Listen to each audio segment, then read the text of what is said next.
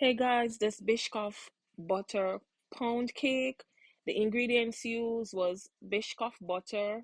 I used cream cheese. I used all-purpose flour, vanilla, eggs, and listen, some crushed Biscoff biscuit or crackers.